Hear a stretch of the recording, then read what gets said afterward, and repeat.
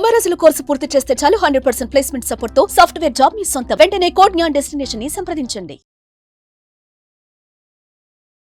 Hello Shravan గారు. Hello Nagaraj గారు. ఒక మనిషి తన ఎమోషనల్ థాట్ తోటి కనుక మేనిఫెస్ట్ చేస్తే యూనివర్స్ ఏ రకంగా సరే మనకు అది తిరిగిస్తుంది అని చెప్పేసి అంటూ ఉంటారు. ఎస్, ఆ ఎమోషనల్ ఇంటెలెక్చువాలిటీ ఆ మేనిఫెస్టేషను ఎలా ఉంటే మనం యూనివర్స్కి కనెక్ట్ అవుతా ఉన్నాయి.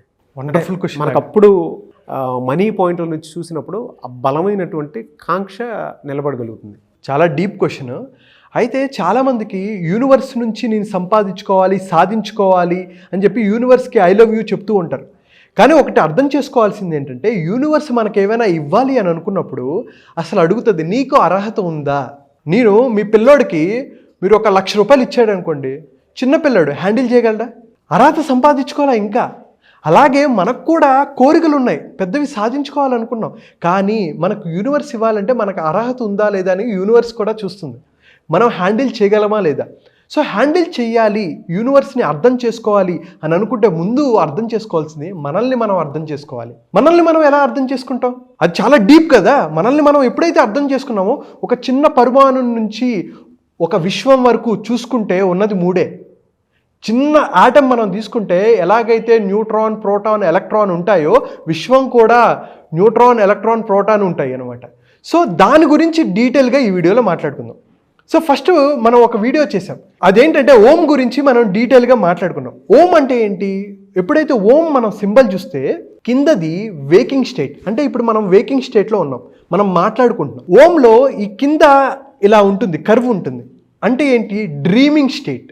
నేను కలగంటాను అంటే నేను ఇప్పుడు కాసేపు పడుకున్నప్పుడు వెంటనే నిద్రలోకి జారుకోను, కాసేపు ఉంటుంది, పక్కన ఏవైనా సౌండ్లు వినిపిస్తున్నాయా, ఇంకా నేను కొంచెం అన్కాన్షియస్ ప్లస్ కాన్షియస్నెస్గానే ఉంటా. కానీ పైన ఓంలో పైన ఉంటుంది, అది డీప్ స్లీప్. డీప్ స్లీప్లో ఉంటామని మనం డీటెయిల్గా మాట్లాడుకున్నాం. ఎవరైతే ఓం గురించి చూడాలనుకుంటారో కింద లింక్ ఉంటుంది, చూడండి. ఓం గురించి మనం మాట్లాడుకునేటప్పుడు 3 బాడీల గురించి మాట్లాడుకున్నాం.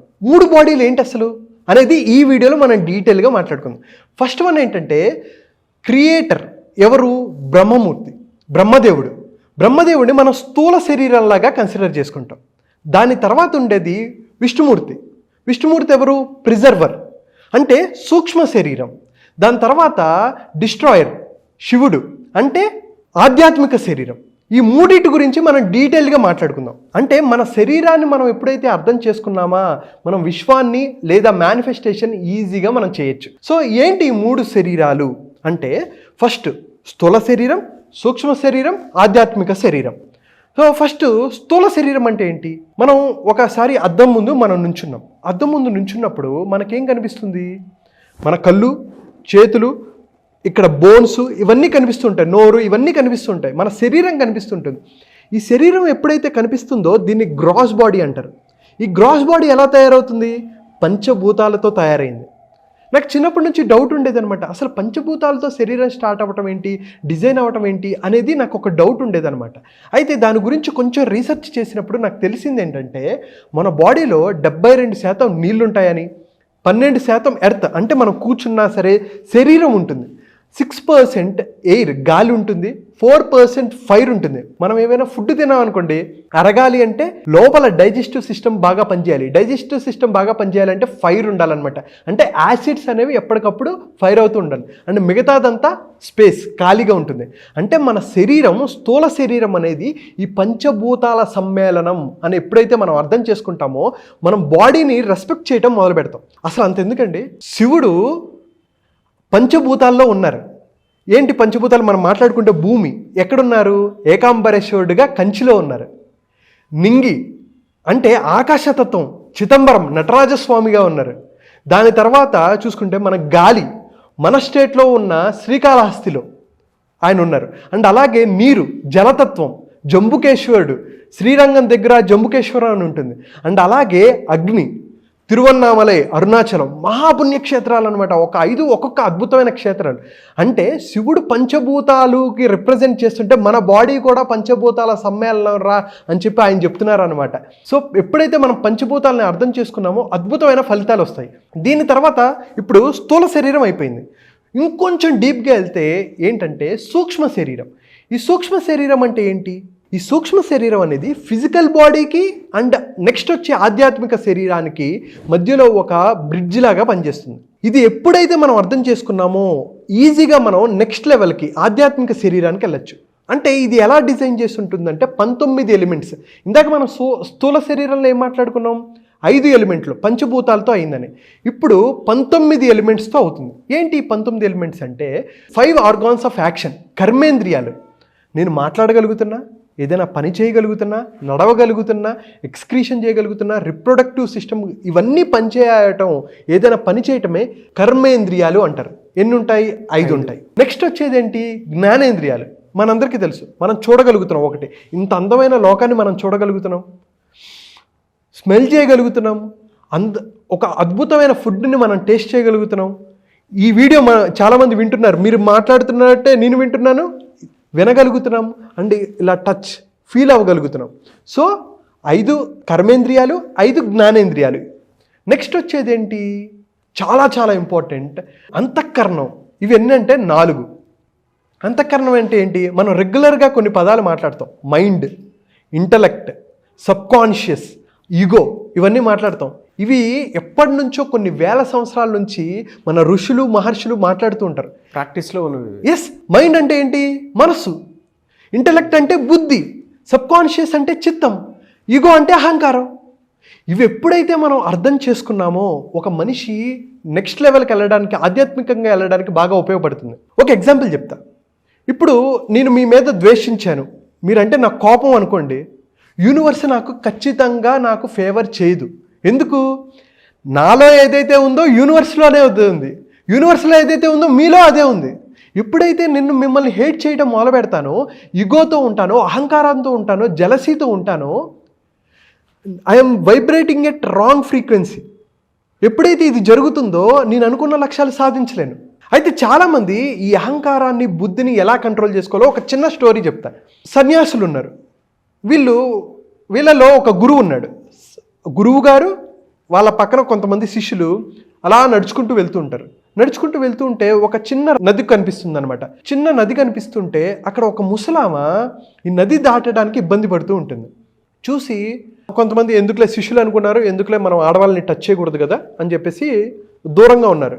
కానీ ఆమె చూసి, ఆమె ఇబ్బందిని చూసి గురువు గారు ఏం చేశారంటే ఆమెను ఎత్తుకొని ఆ నది దాటి అక్కడ దించారు. తర్వాత ఆశ్రమానికి వెళ్ళారు. ఆశ్రమానికి వెళ్ళినట్టే అందరికీ డౌట్ అనమాట. 4 శిష్యులకి ఒక్కొక్కడికి ఒక్కొక్క డౌట్.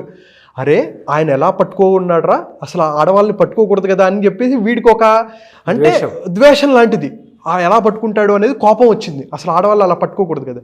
ఇంకొకటి ఏమనుకుంటున్నాడంటే, అబ్బా ఇన్నాళ్ళు ఇలా ఉన్నాను, ఆడవాళ్ళని పట్టుకుని ఎంతకాలం అయిందని చెప్పేసి వీడు ఒక ఈర్ష, వీడికి ఒకటి ఉంది. ఇంకొకటికేమో ఇంకొక ఎమోషన్. ఒక్కొక్కరికి ఒక్కొక్క ఎమోషన్ రన్ అవుతుంది. అయితే వీళ్ళు అడగాల వద్దా అని చెప్పేసి గురువు గారిని అడిగారు. ఒక్కొక్కరు ఒక్కొక్క ఎమోషన్స్తో ఉన్నారు కదా. కొంతమంది ద్వేషంగా ఉన్నారు, కొంతమంది ఈర్షగా ఉన్నారు, అసలు అలా కన్ఫ్యూజన్లో ఉన్నారు. వీళ్ళంతా ఉంటే వీళ్ళు వెళ్ళి అడిగారనమాట గురువు గారిని. గురువు గారు, ఇది అడగటం తప్పు, కానీ మీరు అలా ఎలా చేశారండి, అది తప్పు కదా అని. వీళ్ళందరూ ఒక్కొక్క మైండ్ సెట్తో ఉన్నారనమాట. అడిగితే ఆయన అన్నాడు, అరే నేను ఆమెని ఆ నది దాటిచ్చేంత వరకే ఆమెను పట్టుకున్నాను, ఆమెను అక్కడ వదిలేశాను, నా పని నేను చేసుకుంటున్నాను. కానీ మీరు దాన్నే పట్టుకొని ఇంకా మీ మైండ్లో రన్ చేసుకుంటూ ఉన్నారు. నేను స్థూల శరీరం వరకే ఉన్నాను, నేను ఆమెను పట్టుకున్నాను, వదిలేశాను, స్థూల శరీరం వరకే ఉన్నా. కానీ మీరు దాని లోపలికి వెళ్ళిపోయి ఆ మైండ్ ఇగోగా కొంతమంది ఉన్నారు, అహంకారంతో కొంతమంది ఉన్నారు, యారగెంట్తో కొంతమంది ఉన్నారు, ఈర్ష్యగా జలసీగా ఉన్నారు, గ్రీడీనెస్తో ఉన్నారు, ఒక్కొక్కరు ఒక్కొక్క ఎమోషన్స్తో ఉన్నారు. సో సూక్ష్మ శరీరంలో ఇవి మీరు ఎప్పుడైతే క్లీన్ చేసుకోరో ఒక మనిషిని మీరు రెస్పెక్ట్ చేయలేరు. ఎందుకంటే విశ్వంలో ఒకడే ఉంటాడు, నీలో ఒకడే ఉంటాడు. నువ్వు నెగిటివ్గా వైబ్రేట్ అవుతూ ఉంటే నువ్వు విశ్వంతో కూడా నెగిటివ్గా వైబ్రేట్ అవుతున్నట్టే, నువ్వు మేనిఫెస్ట్ చేయలేవు అన్నట్టు ఆయన ఒక సందేశాన్ని ఇచ్చారు. సో మనం ఎప్పుడు వేరే వాళ్ళని ఎంతగా రెస్పెక్ట్ చేస్తామో, ఇగోని, అహంకారాన్ని, ఈర్ష్యల్ని తగ్గించుకొని మనం ఒక మంచి పాత్రలోకి ఎప్పుడైతే ఉంటామో, సూక్ష్మంగా మనం గనక ఉంటే, మన బుద్ధిని యాక్టివేట్ చేసుకుంటామో, అప్పుడు ప్రతి ఒక్కరూ ఆనందంగా ఉంటారు, అనుకున్నది మేనిఫెస్ట్ చేయగలరు. ట్రూ అండి. అంటే నాకు కూడా తెలిసిన ఫార్ములా ఇది. ఈర్ష్య, ద్వేషం, అసూయ, ఒక మనిషి మీద మనం ఎప్పుడైతే కంప్లీట్గా పెట్టుకోకుండా కామ్గా ఉండిపోతామో, ఆ స్టేట్ ఆఫ్ మైండ్లోకి వెళ్ళిపోతామో, డివినిటీ పవర్ అనేది మనకు వచ్చినప్పుడు మేనిఫెస్టేషన్ అనే ఎమోషను, అంటే మనం ఏమనుకుంటే అది ఈజీగా జరుగుతుంది అని చెప్పేసి చాలా బుక్స్లో కూడా నేను చదవటం జరిగింది. ఎస్, సైంటిఫికలీ ప్రూవెన్ కూడా అది. అవునండి. అయితే ఈ ఎలిమెంట్సే ఉన్నాయి, ఇంకా 5 ఉన్నాయి. మనం ఏం మాట్లాడుకున్నాం? 5 కర్మేంద్రియాలు, 5 జ్ఞానేంద్రియాలు, ఇవి 4. అయితే ఇంకొకటి మిస్ అయింది ఏంటంటే 5 ప్రాణాలు. అందుకనే ఎవరికైనా మనకి నచ్చిన వాళ్ళతో కానీ సినిమాల్లో కానీ అందరూ ఎక్కువగా తరచుగా మాట్లాడేది ఏంటి? నువ్వంటే నాకు పంచప్రాణాలు రా. తల్లి బిడ్డతో చెప్తూ ఉంటుంది, ప్రియుడు ప్రేయస్తో చెప్తూ ఉంటారు, నువ్వంటే నాకు పంచప్రాణాలు అంటారు. అసలు ఏంటి ఆ పంచప్రాణాలు అంటే? ఎప్పుడైనా ఆలోచించామా మనం? ఆ పంచప్రాణాలు ఏంటంటే ఉదాన, ప్రాణ, సమాన, అపాన, వ్యాన. ఇవి పంచప్రాణాలు. వీటి గురించి అసలు సపరేట్ వీడియో చేద్దామండి. ఎవరైతే ఇంట్రెస్టెడ్ ఉన్నారో ప్లీజ్ ఎక్స్ప్లెయిన్ అబౌట్ పంచప్రాణాలను మీరు టైప్ చేయండి, నేను ఖచ్చితంగా దీని గురించి చెప్తాను. ఎవరైతే మన లైఫ్ని బెటర్ చేసుకోవాలి, ఆరోగ్యాన్ని బెటర్ చేసుకోవాలి, ఆనందంగా ఉండాలి, వీటన్నిటిని బెటర్ చేసుకోవాలంటే ఈ పంచప్రాణాల గురించి తెలుసుకోవాలి. అది సపరేట్ వీడియోలో చేద్దాం మనం. అయితే ఈ 19 ఎలిమెంట్స్ అయ్యాయి. ఇప్పుడు ఒక మనిషి స్థూల శరీరం దాటేసి సూక్ష్మ శరీరాన్ని అర్థం చేసుకొని ఆధ్యాత్మిక శరీరం వైపు వెళ్ళాలి అని అనుకుంటే ఇది చాలా చాలా ఇంపార్టెంట్. స్పిరిచువల్ ఆస్ట్రల్కి వెళ్ళాలి అంటే ఫస్ట్ అర్థం చేసుకోవాల్సింది అసలు మనకి డివినిటీ పవర్ ఎంత ఉంది, మన శక్తి ఎంత, మనల్ని మనం అర్థం చేసుకుంటూ ఉండాలి. ఒక మనిషి ఎన్లైట్మెంట్కి వెళ్ళాలి, స్పిరిచువల్గా మనం గ్రో అవ్వాలి అని అనుకుంటే అసలు మనల గురించి మనం తెలుసుకోవాలి. సెల్ఫ్ రియలైజేషన్ అనేది చాలా చాలా ఇంపార్టెంట్. రమణ మహర్షి గారు 12 సంవత్సరాలకి 13 సంవత్సరాలకి ఆయన ఎందుకు అంత గొప్ప వ్యక్తి అయ్యారంటే ఆయన గురించి ఆయన తెలుసుకున్నారు. ఎవరైతే సెల్ఫ్ రియలైజేషన్ అయ్యారో వాళ్ళు ఆధ్యాత్మికంగా చాలా హైలో ఉంటారు. అయితే ఇలాంటి గొప్ప వాళ్ళు మళ్ళీ భూమిపైన ఇంకొక ప్రాణం తీసుకోరు. అంటే వాళ్ళు ఇంకొకసారి శరీరం, వీళ్ళ ఆత్మ ఇంకొక శరీరంలోకి ఉండదు. వాళ్ళు చైతన్యత్వం పొందేశారు. వాళ్ళు ఇంకా వెళ్ళిపోయారు, అద్భుతమైన స్థాయికి వెళ్ళిపోయారు అనమాట. ఆధ్యాత్మికంగా ఎదిగిపోయారు. మనం కూడా ఆధ్యాత్మికంగా ఎదగాలి. అది చాలామంది అండి పునర్జన్మ కాన్సెప్ట్ని కొంతమంది నమ్మరు, కానీ చెప్పాలంటే ఖచ్చితంగా పునర్జన్మ ఉంటుంది. అందుకనే భగవద్గీతలో కూడా కృష్ణుడు ఏం చెప్తారంటే, శ్రీకృష్ణ పరమాత్మ ఏం చెప్తారంటే, మనం ఎలాగైతే ఈ బట్టలు తీసి వేరే బట్టలు వేసుకుంటామో ఆత్మ కూడా ఒక శరీరం నుంచి ఇంకొక శరీరానికి మారుతుంది. మనం ఇక్కడ రెంట్ కోసం వచ్చాం అంతే. కొన్ని రోజులు రెంట్ తీసుకున్నాం, 50 సంవత్సరాలు, 60 సంవత్సరాలు, 70 సంవత్సరాలు, 80 సంవత్సరాలు, ఈ స్థూల శరీరం అయిపోతుంది. నెక్స్ట్ ఏంటి? ఆత్మ ఎవరైతే ఈ ఆధ్యాత్మిక శరీరాన్ని బాగా ఉపయోగించుకున్నారో, ఈ శరీరాన్ని బాగా ఉపయోగించుకున్నారో, ఈ 3 శరీరాలను బాగా ఉపయోగించుకుంటారో వాళ్ళ జన్మ నెక్స్ట్ స్థూల శరీరం, సూక్ష్మ శరీరం డిపెండ్ అయి ఉంటుంది. అది ఎలా డిపెండ్ అవుతుంది? మన సోల్, మన ఆత్మ, కర్మ, మనం ప్రీవియస్గా మన పాస్ట్ జన్మలో ఎటువంటివి చేశాము, మన పుణ్య కార్యాలేంటి, పాపాలేంటి అనే దాన్ని బట్టి ఈ ఆత్మ నెక్స్ట్ సూక్ష్మ శరీరం, స్థూల శరీరం మీద డిపెండ్ అవుతుంది. అండ్ అలాగే నెక్స్ట్ సంస్కారం, మనం ఎలా బిహేవ్ చేస్తున్నాము, మన మైండ్ఫుల్నెస్, ఇవన్నీ మన నెక్స్ట్ జన్మని డిసైడ్ చేస్తాయి. సో ప్రతి ఒక్కరూ ఈ స్థూల, సూక్ష్మ, ఆధ్యాత్మిక శరీరాన్ని అర్థం చేసుకున్నారా, యూనివర్స్లో ఏదైతే మేనిఫెస్ట్ చేయాలనుకుంటారో ఈజీగా మేనిఫెస్ట్ చేయొచ్చు. మనల్ని మనం అర్థం చేసుకోకపోతే మనం వేరే వాళ్ళని ఎలా అర్థం చేసుకుంటాం కదా? సో మనల్ని ఎప్పుడైతే మనం అర్థం చేసుకొని అద్భుతంగా మన లైఫ్ని లీడ్ చేస్తామో ఇలాగా మేనిఫెస్ట్ చేయొచ్చు. మీరు అనుకున్న లక్ష్యాలు ఈజీగా సాధించవచ్చు.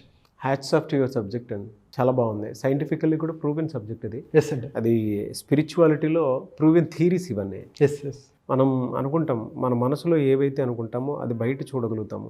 బయట ఎప్పుడైతే చూస్తామో దాన్ని సైన్స్ నమ్ముతుంది, కానీ మనం ముందే లోపల చూడగలుగుతాము. అవును. యూనివర్స్లకు కూడా ఒక ఎమోషన్ ఉంటుంది. అంటే మనం బయట చూడాలి అనుకునేటువంటి దానికి ఆ ఎమోషనల్ కనెక్టివిటీ బ్రిడ్జ్ ఏదైతే ఉంటుందో అదే ఈ వీడియో. అంటే మీరు ఇందాక చెప్పినట్లు నాకు చాలా బాగా నచ్చింది ఏంటంటే, అంటే సైంటిఫిక్గా, ప్రాక్టికల్గా కూడా ప్రూవ్ అయినా ఒక మనిషిలో పక్కనున్న ఇబ్బంది పెట్టకూడదు, మనం ఇబ్బంది పడకూడదు, and at the same time నేచర్ని కూడా ఎప్పుడూ ఇబ్బంది పెట్టకూడదు. ఈర్ష్య, ద్వేషం, అసూయ అనేటువంటి వాటిని కంట్రోల్లో పెట్టుకుంటే మనకి ఏ ఎమోషన్ తోటి మనకి ఏం కావాలని కోరుకున్నా కూడా అది జరుగుతుంది. మనం నెగిటివ్ ఎమోషన్స్తో ఉండి పాజిటివ్ వాటిని అట్రాక్ట్ చేయలేం కదా. ట్రూలీ ప్రూవెన్ థియరీ అండి. Really hats off to you. Thank you so much Shravan గారు. థ్యాంక్ యూ అండి. Thank you so much Nagaraj గారు. చాలామంది క్లాసెస్ అడుగుతూ ఉన్నారు. ఓకే, ఇప్పుడెప్పుడు ఎన్రోల్ చేసుకొని క్లాసెస్లోకి ఎంటర్ అవుదాం అనుకునేటువంటి వాళ్ళు ఉన్నారు. చాలామంది అడుగుతున్నారండి. So thank you so much for the response. అయితే క్లాసెస్ జనవరి 16వ తారీఖు నుంచి స్టార్ట్ అవుతాయండి. 9 రోజులు 16 నుంచి 24 వరకు స్టార్ట్ ఉంటాయి.